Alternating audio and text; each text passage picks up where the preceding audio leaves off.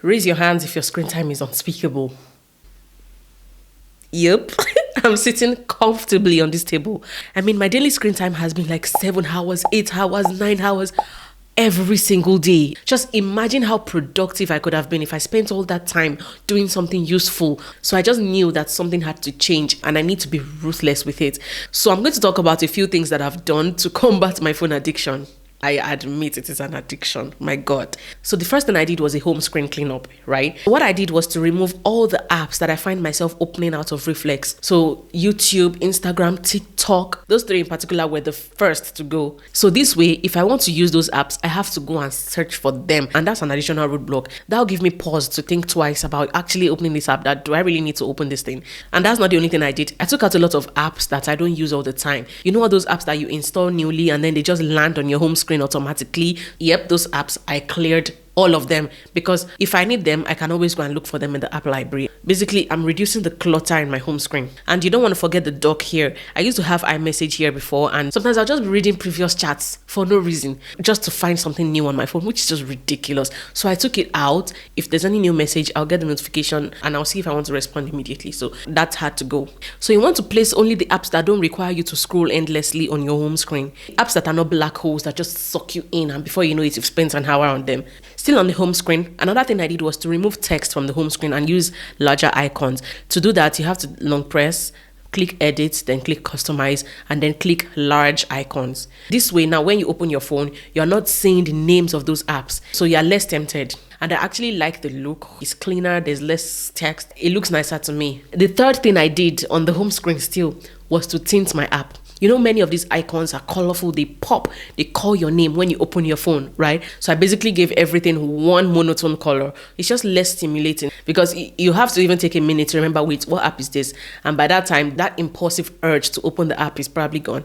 Apart from tinting my icons, I use a darker wallpaper that doesn't have too much going on, right? And I also make sure to use dark mode. This has been acting as a deterrent for me personally. I don't know about you. Give it a try and let me know in the comments if it's working for you. Next up is notifications. This one is a no-brainer. If you don't want to be distracted, limit your notifications. The first step for me was to turn off notification badges. You know that little red badge that tells you have 3,522 unread emails?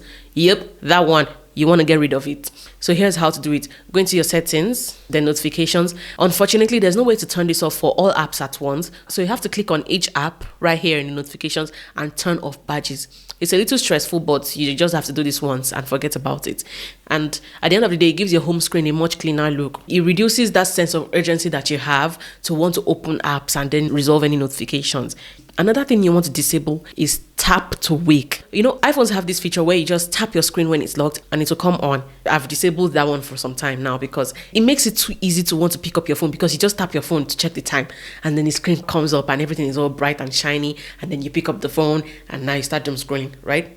So to turn this one off, you want to go to your settings, then accessibility, then touch, and turn off touch or swipe to wake. You can even disable raise to wake if you want. I personally still keep that one on because it still makes it easier for me to use Face ID. I don't have to tap my power button every single time.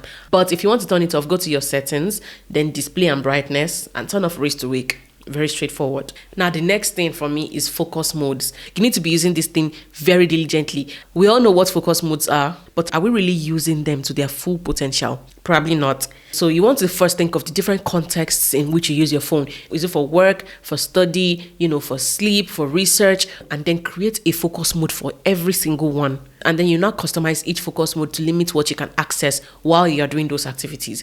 So for me, I personally have sleep mode, work mode, and then personal. So how do you do this? Go into your settings, then focus, and then you'll see your focus modes. So for all these focus modes, what I tend to do is to limit all notifications except from emergency contacts. That's my husband, my mom, and then my siblings. Those are the only people that can contact me, especially while I'm in work mode or sleep mode. Here's how to do it. Go into the focus mode, click people, and then select those that you want to allow notifications from.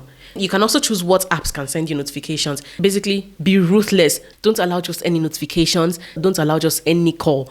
Now, there's another focus mode called Do Not Disturb. When Do Not Disturb is on, no calls, no notifications can come in. But if you still want some people to contact you while DND is on, you need to go into your contacts, select that contact, click edit, click ringtone, then turn on emergency bypass. So their calls will ring through even when do not disturb is on or when your phone is on silent.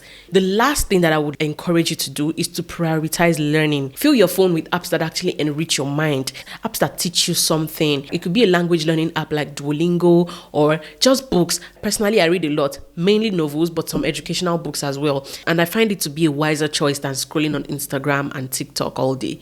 So all these measures that I've taken so far are not exactly perfect, but so far they've been working for me. At least I've set them up for a few days and I've begun to see a difference in my screen time. So now you can go ahead and do a complete overhaul of your iPhone so that it can become a more useful tool than just a black hole that sucks your energy and brain power. Guys, here's a question for you. What has been your highest, most atrocious screen time metric?